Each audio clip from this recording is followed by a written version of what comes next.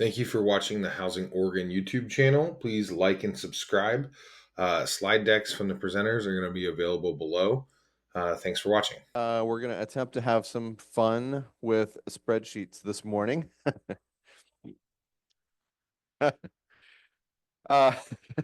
to, for intros, so as I mentioned, I'm Travis Phillips, work at Housing Development Center. We're just a little over 30 years old now, and work with nonprofits and housing authorities to help them develop and own affordable rental housing. You see our leadership team there on the screen, and you've probably seen several of them in your program and hopefully some of their presentations. Um, and yeah, just a couple of hope you had some great sessions yesterday.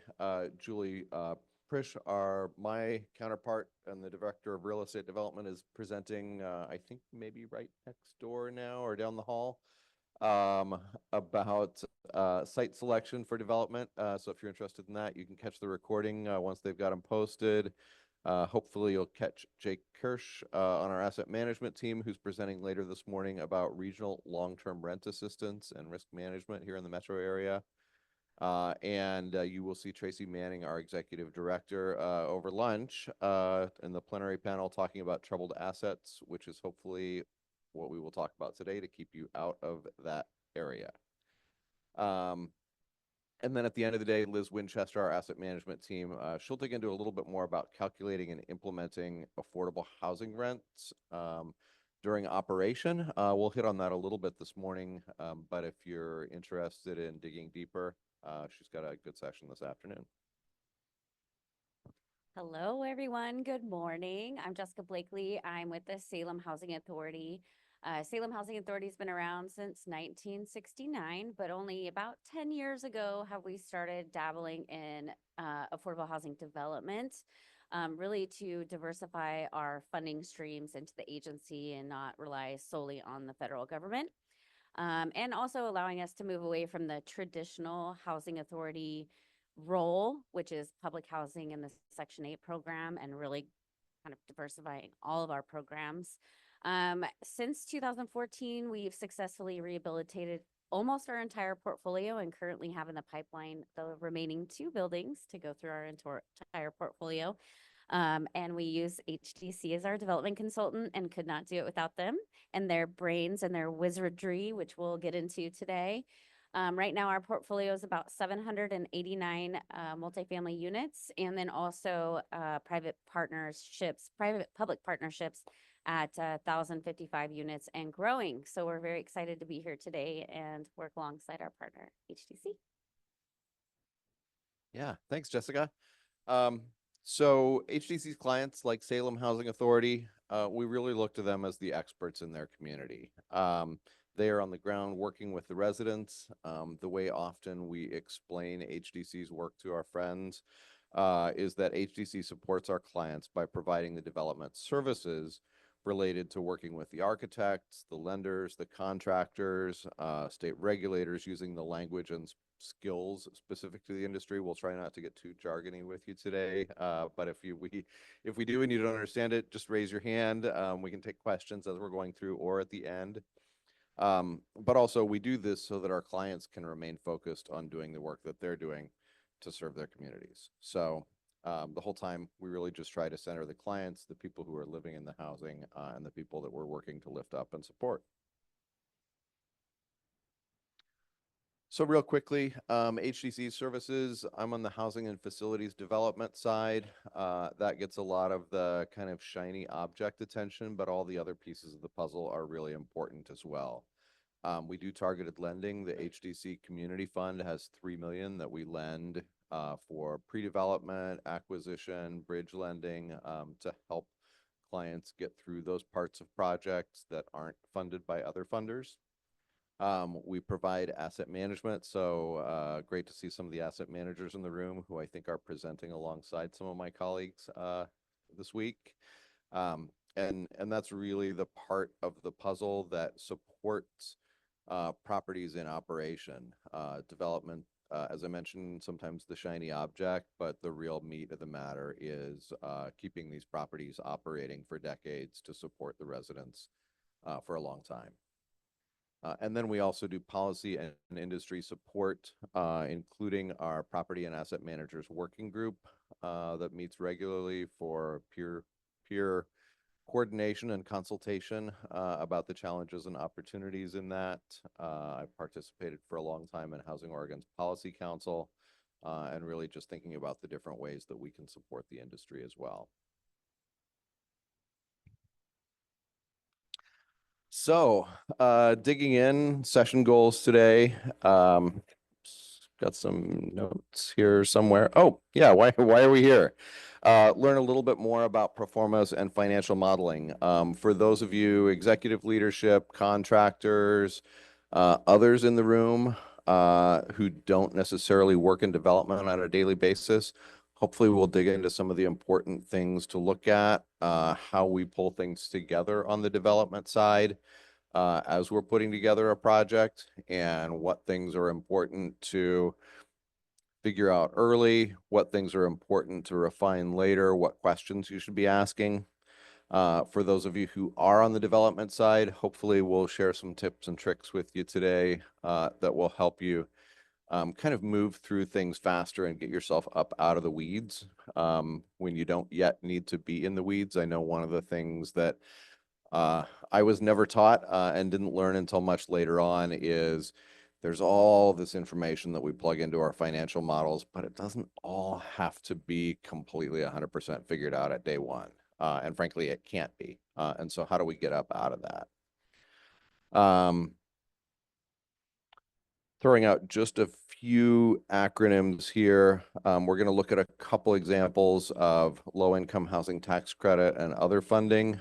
So if we say LIHTC, we're referring to the Federal Low-Income Housing Tax Credit Program. We might talk about HUD, U.S. Department of Housing and Urban Development. You probably already know OHCS, Oregon Housing and Community Services. Hopefully we will spell it out when we get there, but AMI, we're referring to area median income, which is determined on an annual basis by HUD. And those area median incomes are important for us to reflect on not necessarily what people who are moving into our homes might earn or in our communities might need, but is the metric by which we establish rents. And when we talk about different affordability levels, those are generally that is the metric by which we establish those tiers. And we'll touch really briefly on PSH, or permanent supportive housing. So permanent housing for folks who typically have experienced homelessness and particularly those who've experienced chronic homelessness. Whew. Okay, that was a lot. One last item to set the stage here. The Forma template that we're going to use when we're talking through things here, I was trying to find the sort of least common denominator for everybody. There are 1,000 different templates out there that every different finance agency uses, every different development organization uses.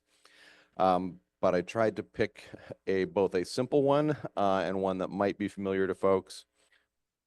So what you're seeing up on the screen is what OHCS used to use before their current Forma template. It's a little bit more simple than the current one, as you development folks probably know.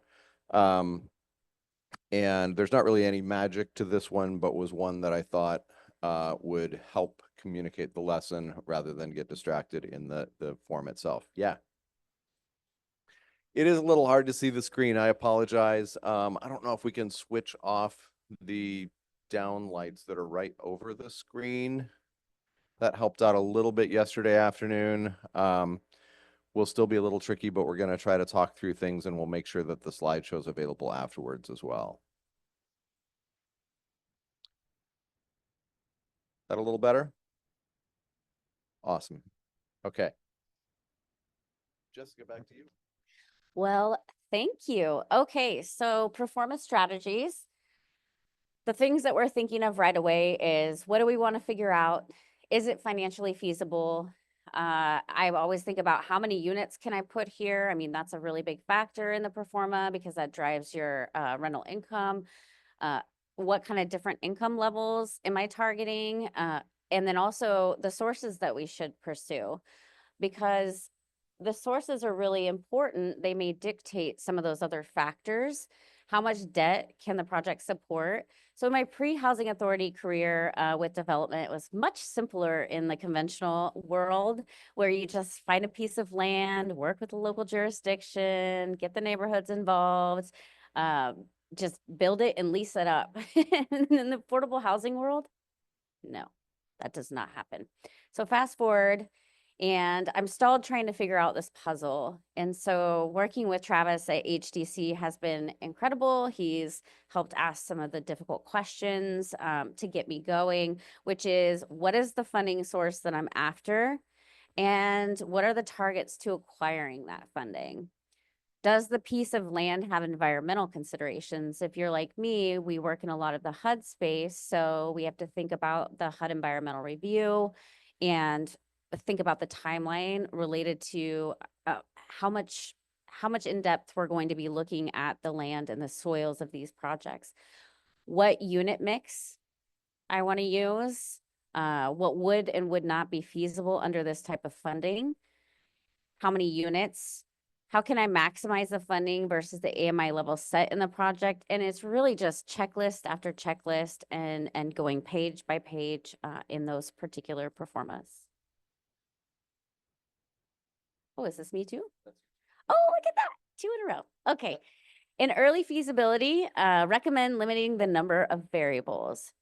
We like to test out 1 or 2 scenarios that are most likely or the most conservative. And if they work or don't, take the opportunity to run through other scenarios rather than doing them all in the start. So kind of intermixing unit mixes, income mixes. Most geographical areas have data related to prior developments, so definitely recommend looking into those. You can kind of glean off of what other people have done in those areas, and really no need to start from scratch this early in the game. But I think that's kind of what Travis was alluding to. A few I like to play with are operating costs per unit per year. You can really, as you go into a certain area, you kind of know if you already have another building that has similar programming, you kind of have some kind of guess of what an operating cost per unit per year. We have our typical affordable housing buildings that maybe run at a certain cost per unit per year, but then we have our PSH, and we know those are way more expensive. So if we're targeting PSH funding, our unit cost per unit per year is going to be closer to 15 or maybe 10 to 15. Whereas, you know, a typical affordable housing 60% unit might be 7 or 6.5, 6,500 per unit per year. So you have kind of a good guess to use. You can also use the technical advisors at OHCS who could give you some maybe thoughts on what those could be plugged into your performa. The typical cost per unit in development can also drive your cost estimate for the construction piece, because you know maybe in your area it's 380,000 per unit per year to develop, and so you could use those.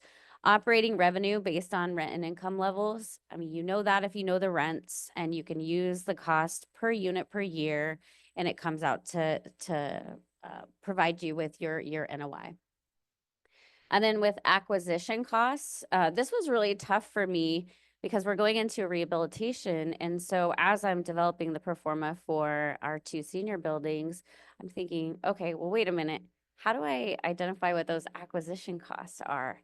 And it was so simple when it was explained to me. I'm like, wait a minute, I know how to figure out a building value.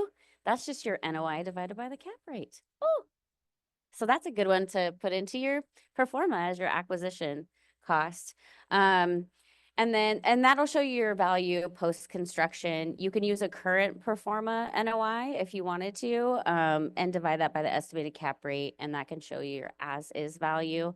So working with your development consultant, like where do you fall into that particular space? Awesome. So we're going to dig into each of these a little bit more here and some ways to potentially shortcut as well. So in terms of unit count and mix, you know, a lot of what we'll talk about today will be pretty similar if we're talking about a new construction project versus a rehab project.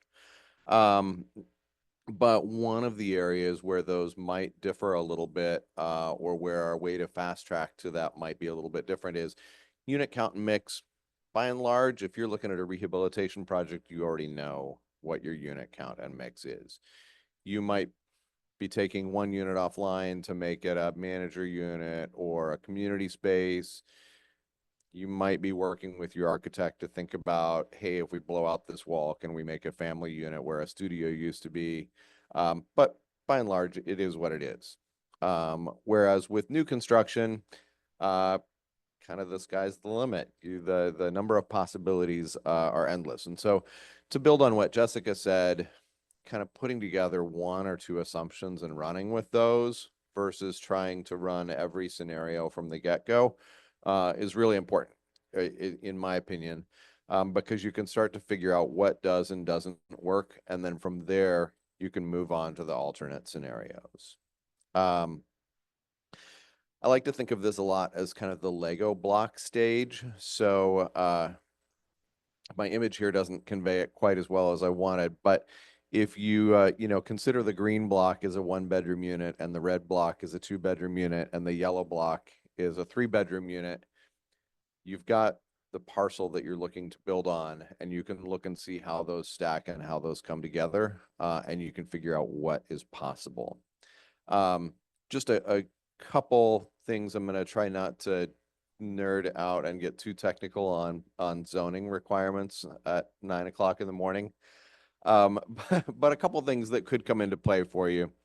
Zoning requirements will typically set the maximums and will sometimes set the minimums for what you can develop on a site. So that gives you some good kind of guardrails of what to work with. Understanding these will help you kind of figure out where to go in that beginning stage, and keep you from going down that rabbit hole of every possible permutation that you could get.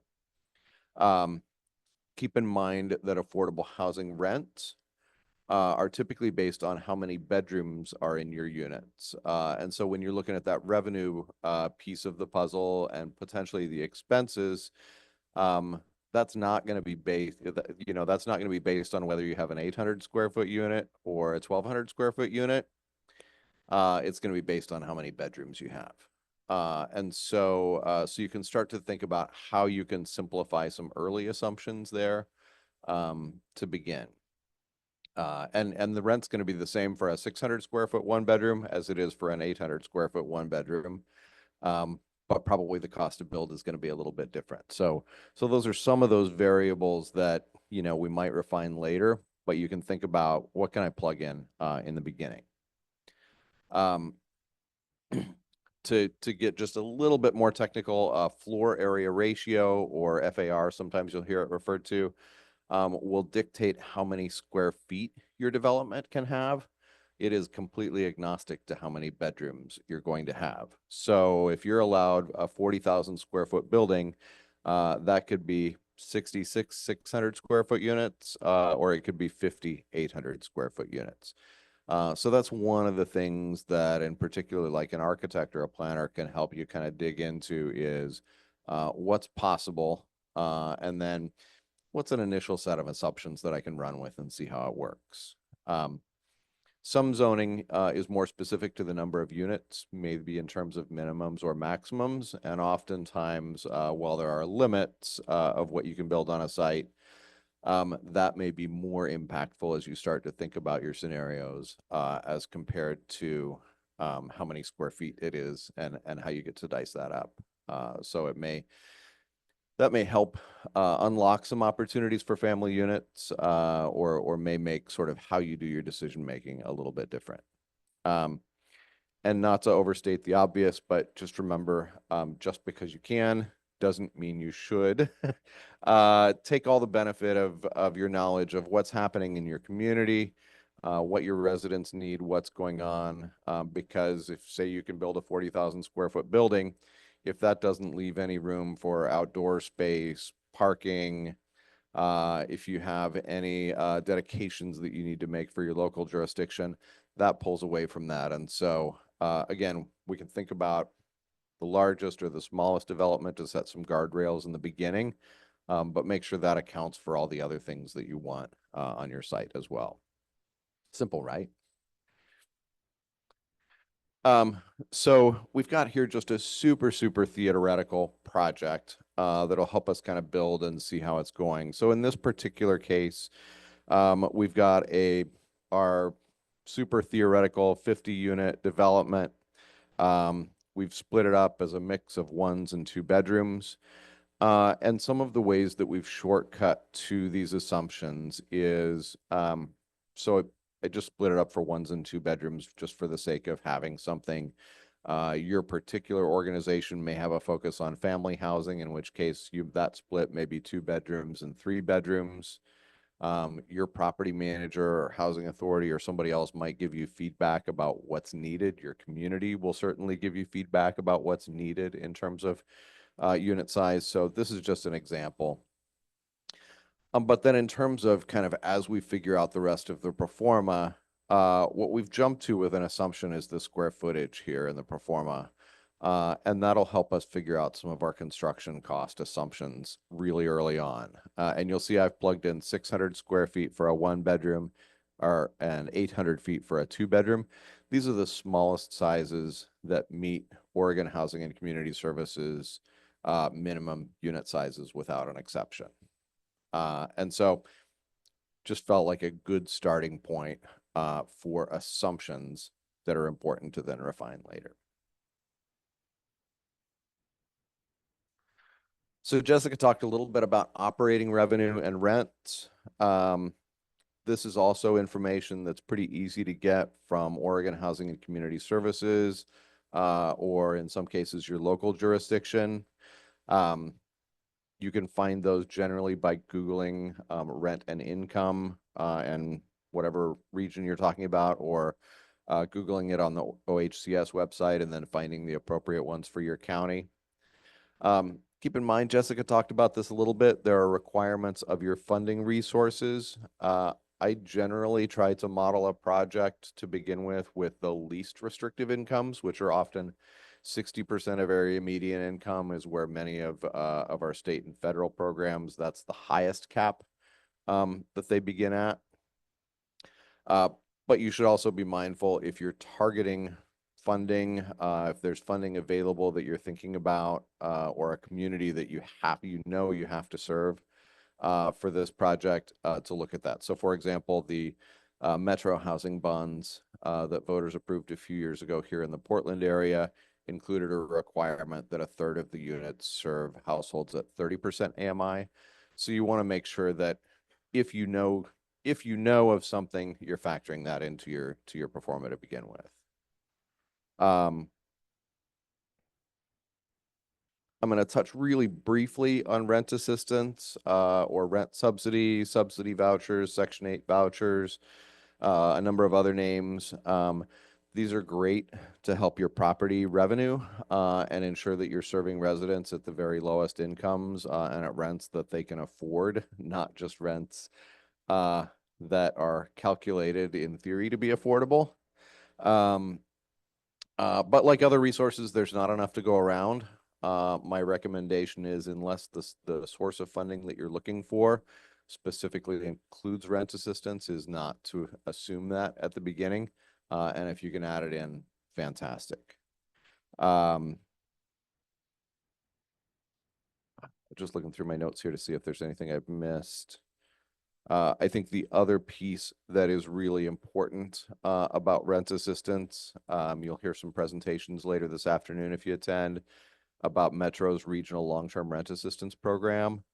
And while that is really impactful for properties, the duration of that rent assistance and the duration of the rent assistance contract and the funding that goes with that doesn't necessarily align with what lenders and investors are looking at. And so that is one resource that may be of benefit to the project, but probably isn't something that a lender is going to underwrite to. And that technicality is really important to keep in mind at these early stages. Utility allowances, we'll get into in a moment. But what is important to understand about that is your property can pay the utilities for all the residents, in which case you need to include that in your operating expenses. or residents may pay some or all of their utilities, in which case you need to provide a credit to the resident, and usually it's a calculated amount, and that's going to reduce your revenue. So you can either increase your expenses or you can reduce your revenue.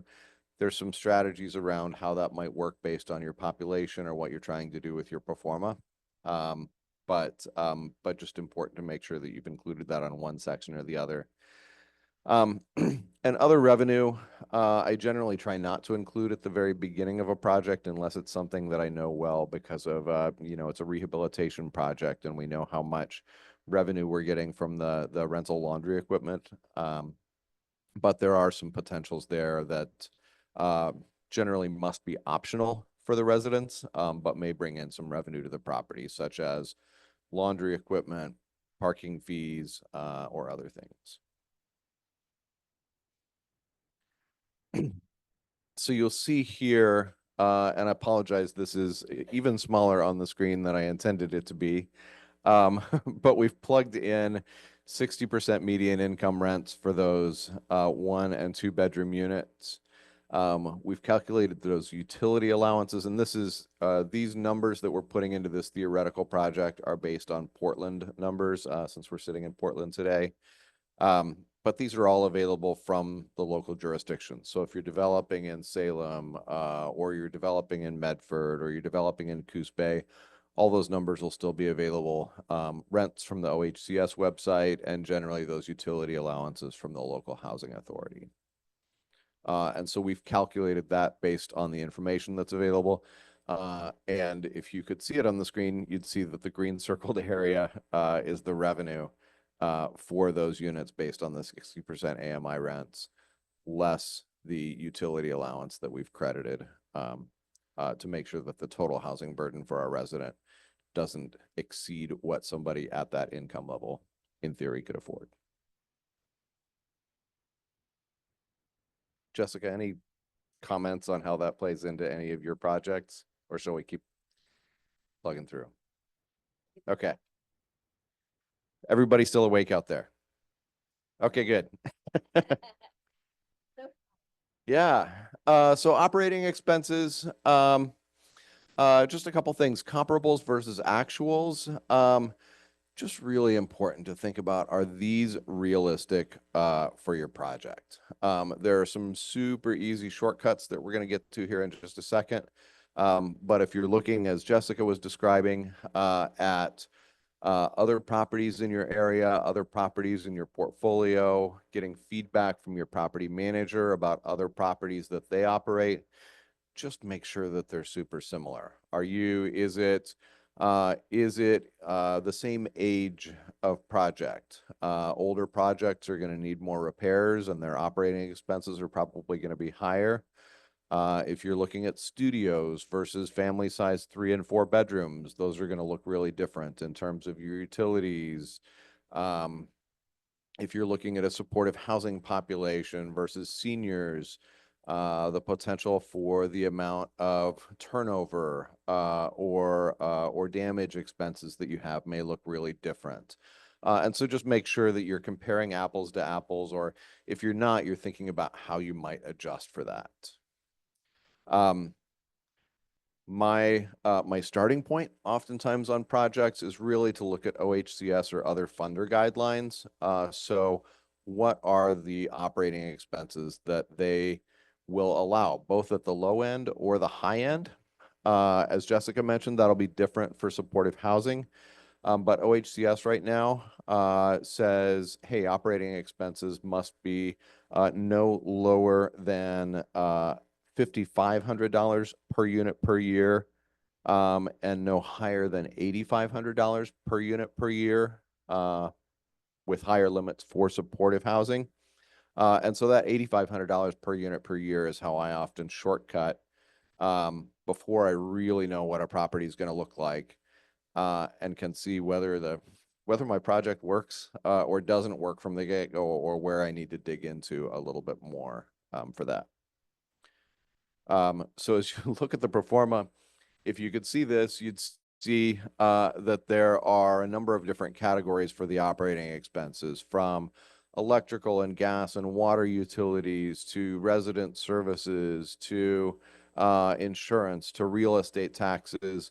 And at this very early stage, I found an empty cell at the bottom of the worksheet and plugged in $8,500. And that'll allow us to move on and kind of test out our other assumptions. And just to the right, what you'd be seeing there is that in the workbook and in most of whether it's your funders workbooks or workbooks that your organization has developed for these pro formas, it's calculating that out over a number of years to make sure that with the revenue that you projected, that generally has an assumption that it'll increase at maybe 2%. That's the assumption that OHCS uses. And your expenses, which are projected, the projection escalator that OHCS uses year over year is 3%, to make sure that as time goes on over 5 or 10 or 15 years of a tax credit project, or maybe further out than that, that you don't end up with a situation where your revenue is only increasing slightly, but your expenses are increasing a lot more sharply, and making sure that by year 5 or 10 or 15, you're not coming to a spot where those intersect and all of a sudden your project is in the red.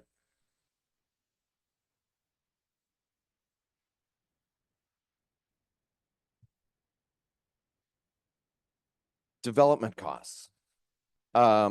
So we've got our revenue, we've got our expenses, we've come up with some initial assumptions for the number of units that we've got in the property. And so we're thinking about, how do we calculate our construction costs? How do we come up with some assumptions for what our architecture, our engineering, our permitting, our financing fees, how do we come up with some assumptions for what all of that means? And just a couple things that I tend to look at oftentimes in the early stages to shortcut are, what are the funder thresholds or guidelines? But also, what are some similar projects that may have been developed recently? OHCS has historically done a pretty good job of sharing out information on their website when folks come in for pre-application. I think we'll, as the ORCA process moves forward a little bit more, we'll see more data on projects that are more recent. But you can look back into some prior funding applications like LIFT from a couple years ago and see what per unit or per square foot cost assumptions were at that initial application. You can also dig into Housing Stability Council packets for OHCS to look at what are the costs that projects have closed with or gotten their final approvals from Housing Stability Council. What are those costs if you really want to kind of dig in at that stage and nerd out on other people's projects? And of course, feedback from a general contractor. If you've got that, if you're at a stage where somebody's engaged or you've got a contractor that you know and trust, getting their real on the ground, up-to-date feedback is super important. And then just a shout out to folks using Section 8 vouchers that have a project of a certain size, that are perhaps a housing authority. The prevailing wage rates are going to impact your cost of construction, and that's another place that you just want to make sure that you're looking at apples and apples. I'll get into acquisition costs and developer fee a little bit more, but here in this workbook, and I'm happy to make this workbook available to folks if they want something to go from after this. I've plugged in some assumptions in here based on projects that HDC has done recently, and this is based on $325 per square foot. Might be a little bit low, might be right in range for what a project is today, depending on the details of it. And I've calculated this with a formula just based on the square footage. You know how we entered that 600 and 800 square feet per unit when we were entering our unit information in. This is calculating it based on that square footage. Details that we'll want to refine more later, but it gives us a starting point to begin from. I've plugged in a 5% contingency for construction costs, which is what OHCS allows for new construction projects in Oregon. And then I've just plugged in soft costs at 30% of the hard costs. This is a total early assumption. It's a plug number, but it's also based on OHCS's limits. So we know that as we work through all of this information later, we'll plug in detail later. But for right now, we can shortcut to it with the maximum amount and see how our project works. I'm going to do a little bit more talking, and then I promise I'll hand it back to Jessica here, but also feel free to jump in anywhere if you have anything that you want to add. I can just add, I looked at these workbooks and thought, there's no way I can do this. There's no possible way. And I think it's just very overwhelming to think you have to fill in every single square before you can get to an end result. And by plugging in just those singular numbers in those singular spaces, just to see where you end up and what your gap could actually look like, has really changed the way I view the finance portion of development work. So it's been really helpful. So encourage all of you to take every shortcut he gives you. Thanks, Jessica. Yeah, so acquisition costs. So at the beginning, Jessica talked about a couple different ways to calculate acquisition cost.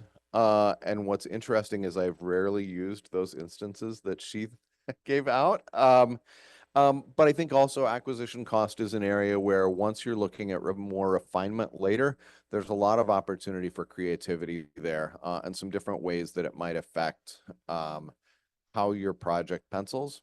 But just from the get-go, you can look at actual cost. If you're doing a new construction development or if you're acquiring a property to rehabilitate it, you know how much it's going to cost you to pay for that property. That's pretty cut and dried. If it's a property your organization already owns, you likely know if you have loans on that property, what your principal balances are. You know how much you have to pay off in order to redevelop it. You may also you may have an appraised value, either if you're acquiring the property, purchasing it, you probably have an appraisal. You should get an appraisal on it. Or you may want to get an appraisal as you're thinking about what is this property worth or what could it be worth in the future. Those are some alternate ways to look at that in addition to taking your net operating income and your cap rate and calculating it out that way. Thinking about developer fee. Now the developer fee in the simplified example I gave you a moment ago is included in that 30% soft cost number. But just thinking about it, Jessica talked a little bit about SHA moving into development as a way to diversify the revenue for their organization, for their agency. But it's also important to think about developer fee isn't just cash, money, thanks, going to the bank, rich Uncle Pennybags here from Monopoly. Developer fee is really the compensation in affordable housing that you get for the staff and overhead used to develop those projects. Oftentimes it's staff and overhead to asset manage and provide resident services in those projects because what the operating expenses can afford or are allowed don't necessarily cover the full reality of those costs. It's also the risk. Not every project, if you were here yesterday afternoon for the session that I did with my colleague Julie and Nathan Teskey from Bienestar, we talked about projects that don't move forward. Not every project is going to work for a variety of reasons. And so there may be a deposit you paid on a property to acquire it. And once you went through due diligence, you realized there was way too much stuff in the dirt to make the project work for you. Or you may go in for an application for funding and you go in a second time and a third time and that project never moves forward. The developer fee on these projects is really one of the important pieces of that is it compensates developers who are inherently taking risk for those projects that don't work out. And so I often say if this work were easy, everybody would be doing it. I think developer fee sometimes, if you don't have the context for it, can get a bad name. The reality is it's not intended to simply be a windfall. In fact, it's capped, so it can't be a windfall. but is really all about that overhead and risk. And so with that in mind, my advice when you're calculating developer fee at the beginning of a project is always to look at how much can I possibly get? Not because you're looking at being opportunistic, but because when things get tough, developer fee is one of those things that often gets cut. It's also one of those things that frankly is the easiest thing because developer fee is in your control as a developer. It's one of the easiest things to be able to solve problems with. Not necessarily the first thing you want to solve it with, but definitely one of the things that you can get to. Um, uh, Deferred developer fee, we'll talk about a little bit in a moment. You may have some requirements for your funding for only a percentage, and deferred developer fee is from you the total fee that you're allowed on a project.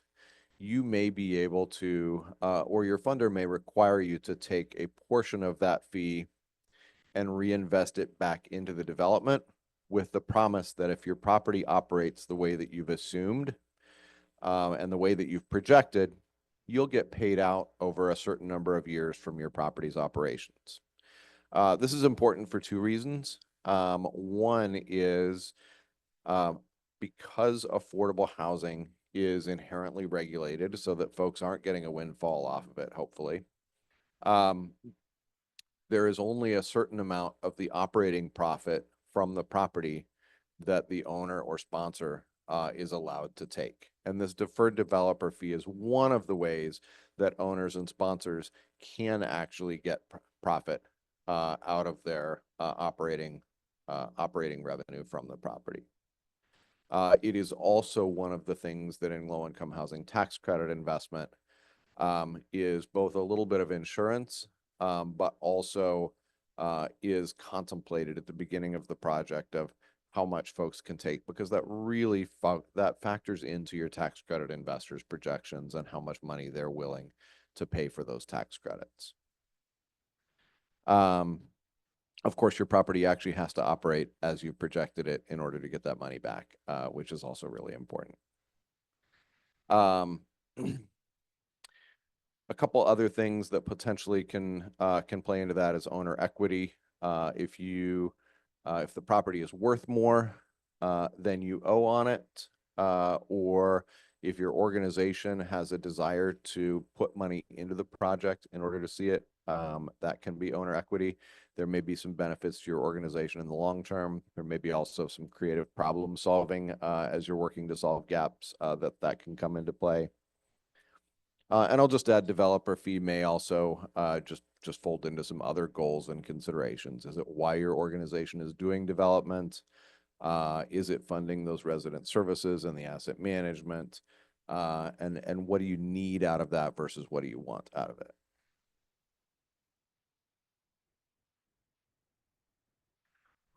Okay, so we've gotten through building all the expenses, thinking about it. How are we going to pay to develop this project?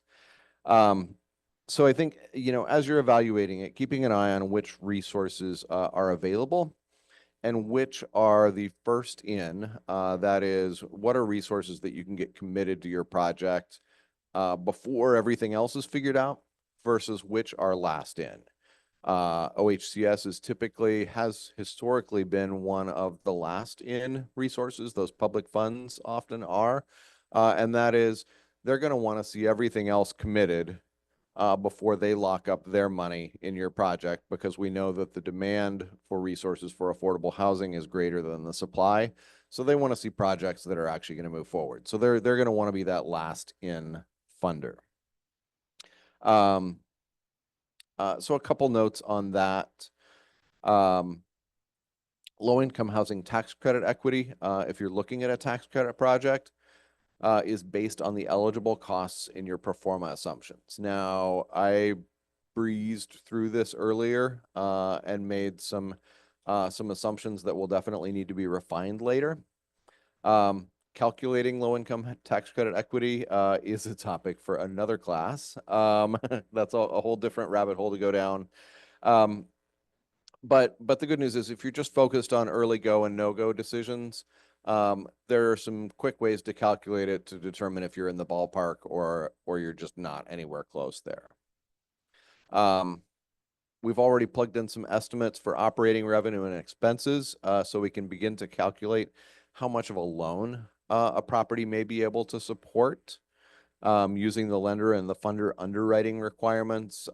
Debt service coverage in particular is one that they'll look at. We can make some estimates on that. So those two things, generally speaking, are assumptions that we can figure out early on. And maybe just trying to break it down a little bit. When we say debt service coverage, when you have taken all of your project revenue and you've subtracted your expenses to get your net operating income, debt service coverage is going to be the cushion that your lender wants in order to make sure that you have enough money to be able to pay your loan or to hopefully have enough money to pay your loan. And so if we say a project has a debt service coverage of 1.15 or 1.2 or 115 to 1 or 120 to 1, how that may be referred to, what your funder wants to see is you have $1.15 in net operating income for every dollar of loan payment that you make every month or every year. Or you have $1.20 of net operating income for every dollar that you need to pay in a loan every year. So that's what that means when folks are talking about debt coverage ratio.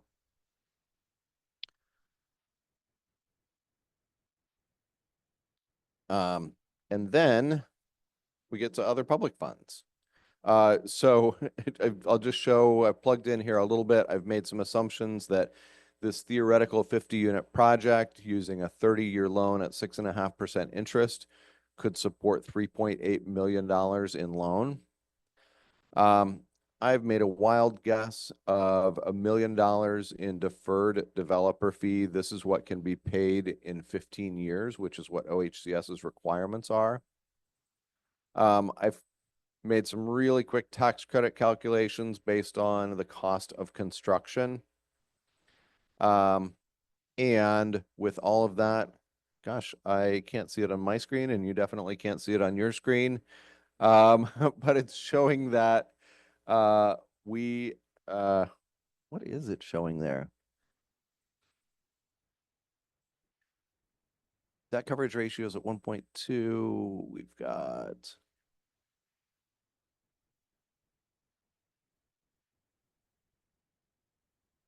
that is wild. We're gonna come back to that in a minute when we pull up the live spreadsheet because I can't even see it very well in my snapshot here. So that's interesting. It looks really different when you're doing it at home on your big screen and you can zoom in on it versus when you've got a screenshot.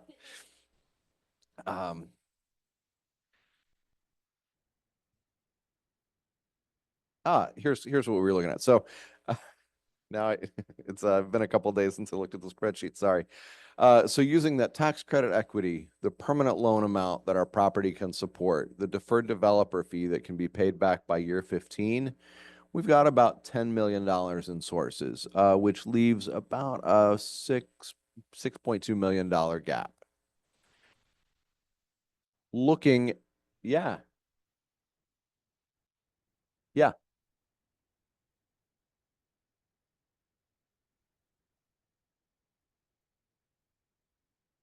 Yeah.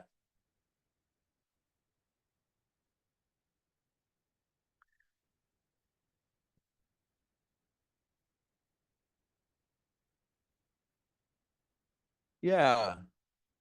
So we'll look at that a little bit more when we dig into the live spreadsheet here in a couple moments, but to give you a little bit more immediate answer, so that calculation is, so we said that our lender wanted a 1.2 debt coverage ratio, which if you could see the red circle at the bottom left side of the screen. So we've taken our operating revenue assumption.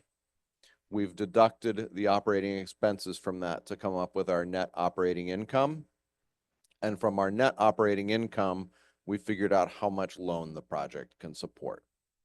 So assuming our lender wants a 1.2 debt coverage, or they want to see $1.20 in net operating income for every dollar that loan that we're paying out on that loan, that 20 cents is what's left over to pay our deferred developer fee. So if the property operates exactly as we had expected, we'll have of that $1.20 in net operating income, $1 is going to go to repay our loan, and 20 cents is going to repay the deferred amount of the developer fee that is coming from the property's operating revenue. Does that make sense? Okay. We'll dig into that a little bit more in the live spreadsheet, but the amount of the developer fee that we would defer and pay through the property's operations, we want to make sure that that can be fully repaid within 15 years. That's a requirement of Oregon Housing and Community Services. And if you're looking at a low-income housing tax credit project, that's going to be a requirement of your tax credit investor as well. So, we've got, so backing up a little bit, we've got the amount of tax credit equity we think we can attract. We've got the permanent loan that we think we can repay. We've got the deferred developer fee that we think we can repay. We've got about a $6.2 million gap still. So then we look at OHCS and we're like, should we apply for OHCS funds? Can we make our project work?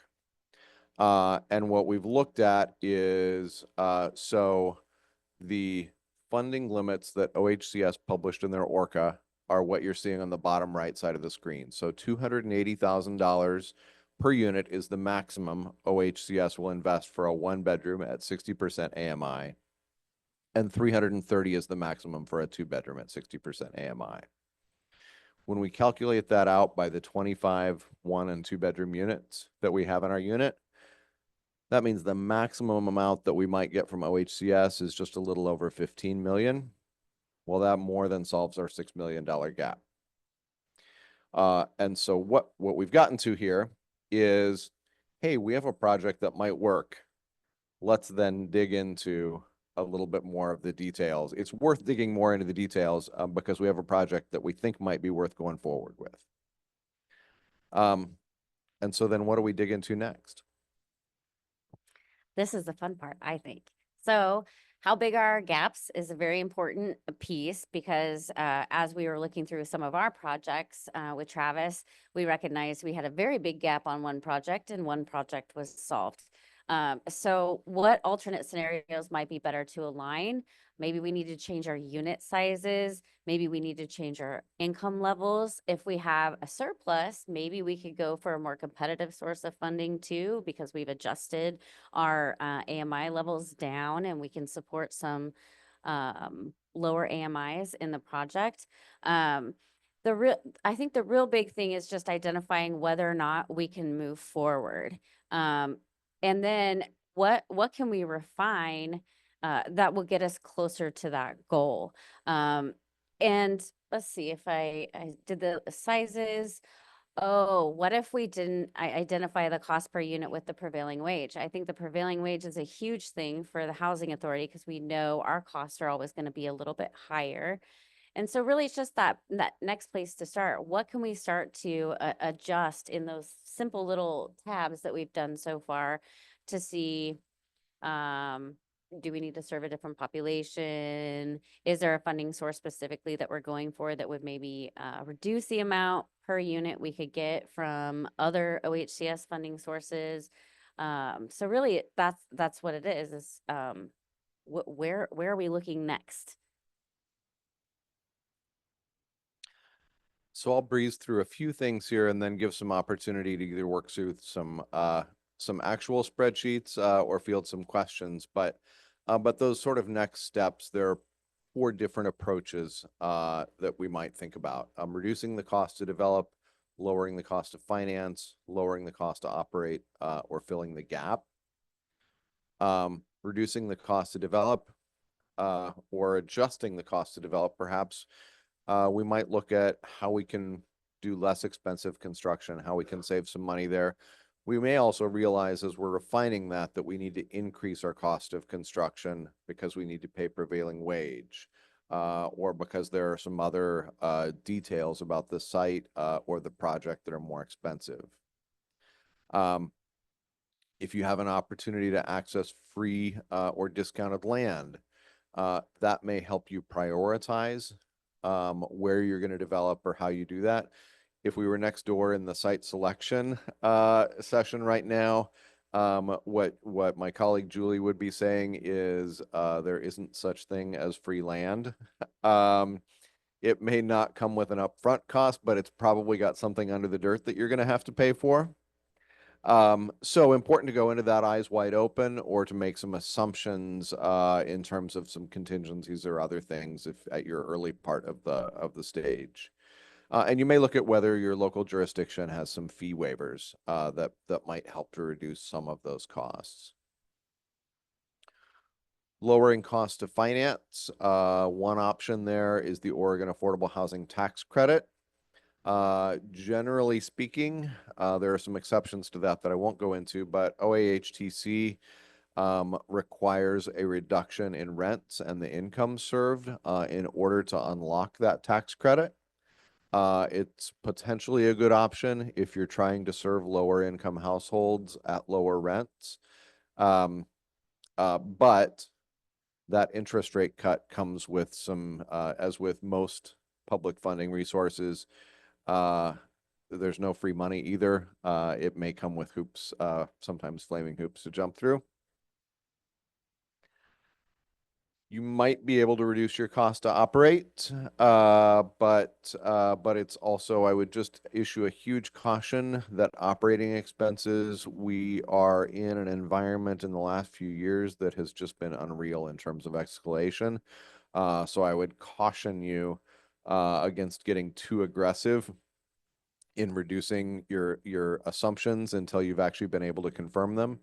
But some things that may be able to help out is if your jurisdiction offers a property tax exemption, maybe those utility cost savings are because you've put in more efficient appliances or fixtures, or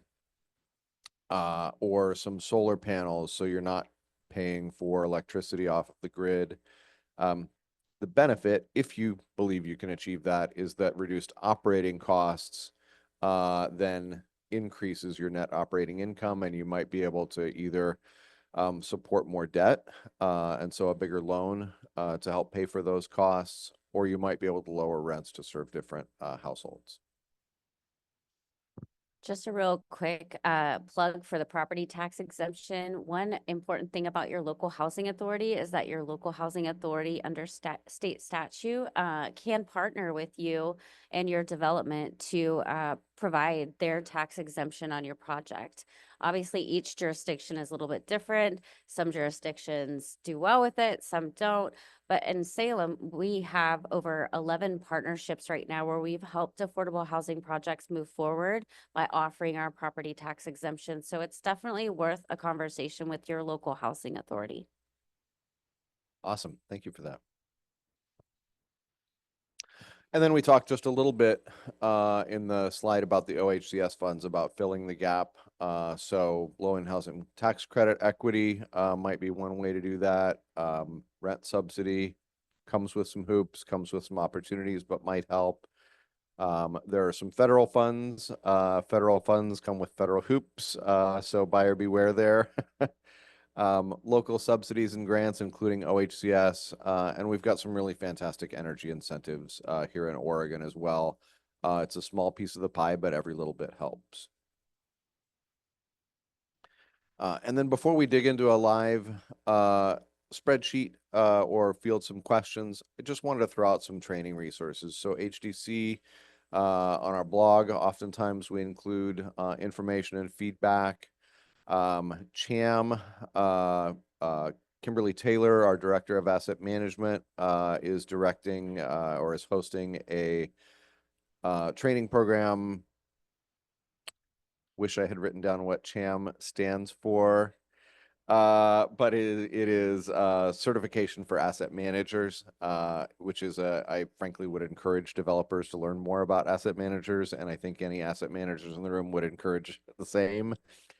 HDC has also been funded through some of our public funders for the Housing Equity Capacity Building Strategies, or HECBS, that you see up there, for culturally specific organizations to continue to build their capacity. Feel free, if those are of interest to you, to reach out to us or visit us at our table. Grow America used to be known as National Development Council. That's where I did a lot of my housing finance training. They're a fantastic resource if you really want to get deep down into the weeds. But they also this past year did some free trainings that were a little bit higher level. So keep your eye on them. They're an option. NeighborWorks does both some in-person and virtual conferences. I think is a little bit higher level generally, but has some excellent training programs as well through their conferences and sometimes online. Novogradac is one of the industry titans for tax credit and public funding. They have all sorts of information and advice on their website, but also host training programs that are pretty inexpensive as well on specific subject matters. And reach out to your peers, because we have all learned lessons on other projects. And the thing that's the most important on the next project is the thing that went least well on the last project. So peers are just such a fantastic way to learn as well. So with that, I'm gonna maybe check in with you all. Do you want to dig into some live performas? We can look a little bit more about that theoretical project. We've also got one of Jessica's actual projects in a performa that we can dig into. We can also field some questions. Hands for performas? Okay, I see about half. Any questions that we want to dig into before we get there? Okay. I'll run.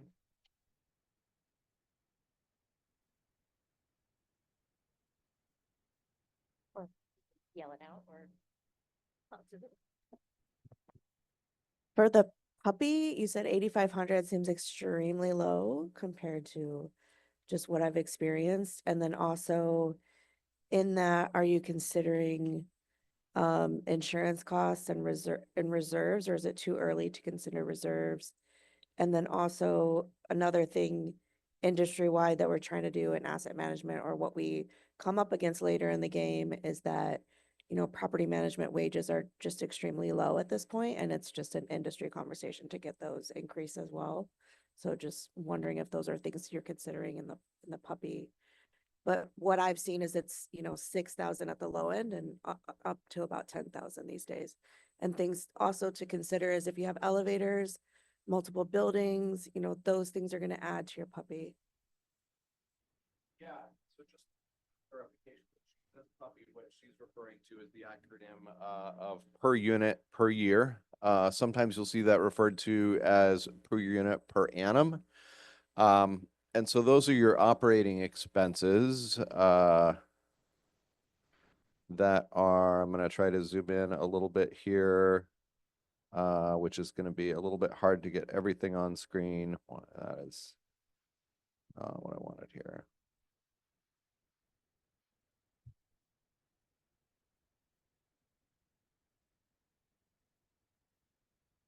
Hopefully you can see this a little bit, but so the $8,500 per unit per year is Oregon Housing and Community Services current guidance for the maximum operating expenses per unit per year. They want it in their guidelines are a range between 5,500 and 8,500 per unit per year. That includes everything, I think, but I'd have to go back and look. I think it includes everything except the replacement reserves. And so to your point, operating expenses have increased just really exponentially of late. And so OHCS does make exceptions outside of those guidelines. And so really important to take your on the ground experience, if you have it, to inform your project assumptions.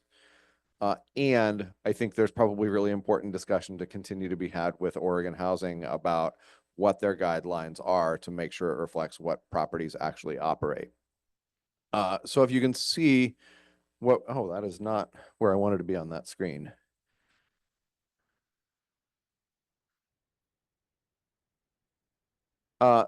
So this is a project of Jessica's, but we built in a per unit per year operating expense of 6,500 with a replacement reserve of $450. Now this is probably low, and when Jessica and I'm going from an old performa of Jessica's, when she sat down, my first piece of feedback to her was, "This seems really low."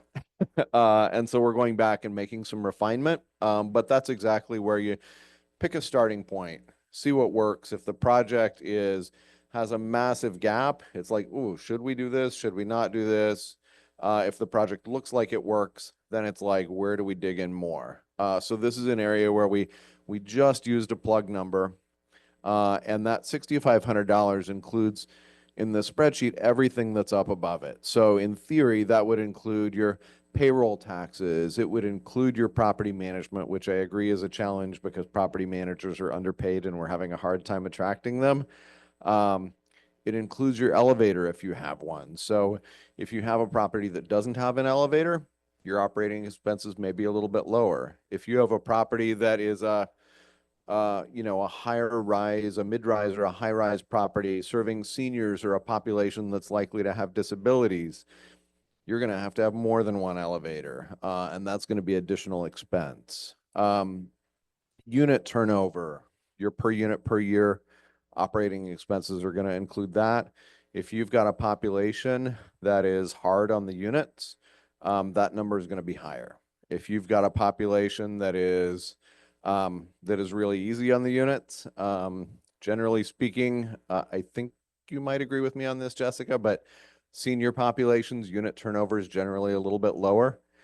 So we can budget a little bit lower on that because senior populations generally don't move out. They're generally keep a longer tenure in the unit, so you're not turning over units as often, but they're generally not as hard on the units either. And so the repairs that are needed once they move out are generally more superficial. So it includes all of those things. And admittedly, yes, those numbers can be low.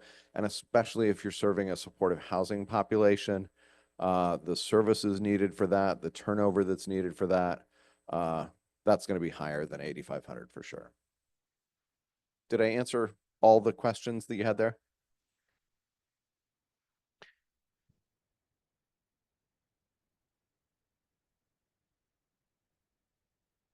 Yeah. And in fact, so I think it was in the lenders underwriting conversation that was in this room first thing yesterday morning.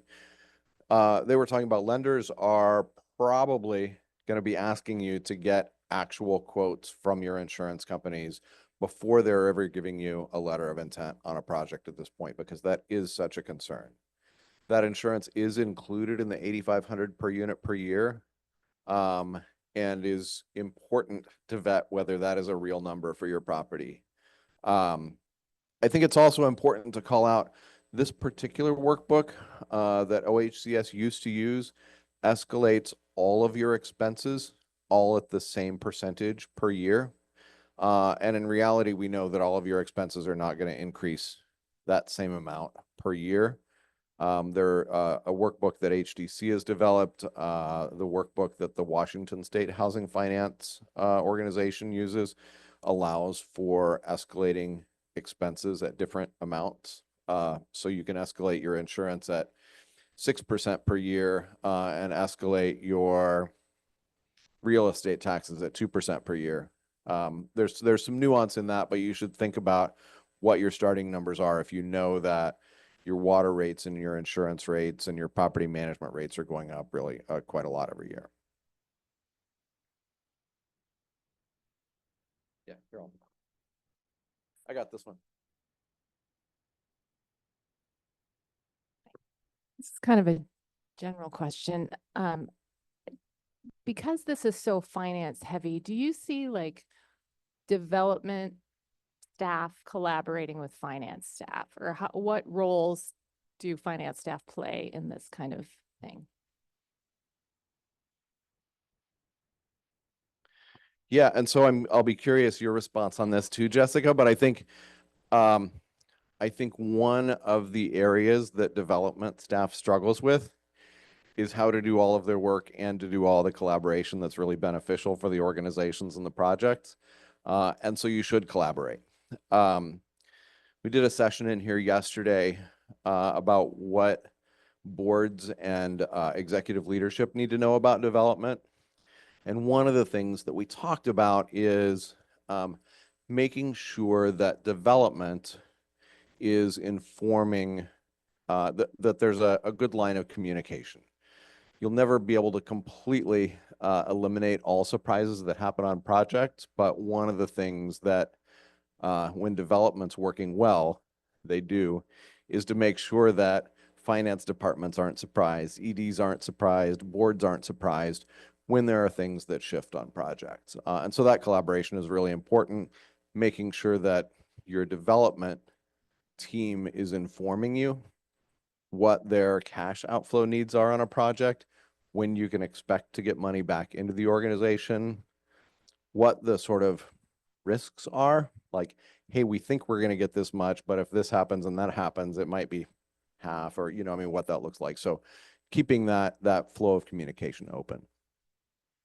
100%. We made the mistake of operating in a silo and not including finance and asset management in the picture in doing development in the past. And we've run into the insurance issues. We've run into now looking at our performas in year 5 and going, whoa, we're way off our targets of where we were supposed to be. And so now each development, bringing in asset management and finance to that conversation early will also help when we get to the tab in the performa, which shows the cash waterfall, because we need to know what money is coming into the agency, what the timing is, but also when we talk about the one tab two in the application workbook from OHCS that shows our payouts and when we're going to be submitting all when the different funding sources are coming into the project to pay out throughout that development timeline. We were surprising our finance team by saying we needed to have this payment wired to this place to do this and all of these things. And so operating in a silo is no longer possible. There's just too many variables in these projects. So the operating personnel, the asset management, the property management team, our property management supervisor as well, to inform costs on the ground as they're moving in real time, all need to be at the table. And so now we have weekly development work groups in our agency to bring all of those leadership roles together and ensure that everybody is informed. And I think we go around the table and go, what have we forgotten? What have we forgotten? What have we forgotten? Because we've got a whole bucket of things that we need to improve on as we move forward in development.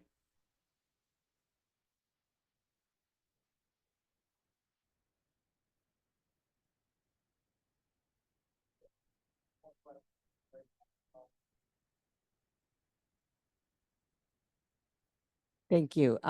So from the asset management perspective, one of the things that you can hear on a development deal is discussion about the utility allowance. I mean, we could do an entire session about utility allowances.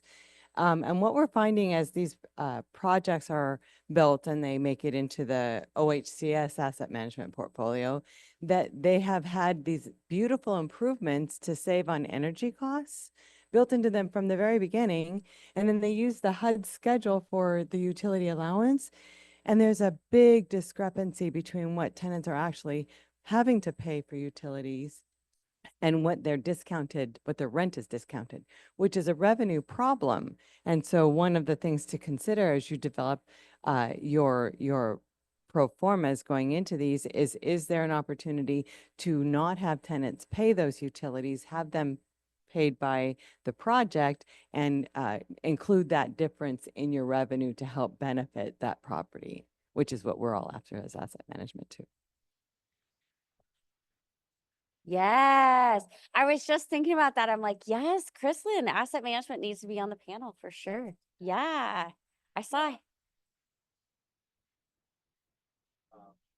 Really valuable conversations with clients about that, both from a revenue perspective and a perspective of opportunity with revenue, but also some real concerns from clients about, hey, if we're the organization paying the utility, what does it mean if residents use more than we'd planned on? Like, are we going to be the ones in the hole? The benefit of the utility allowance is it's sort of predictable.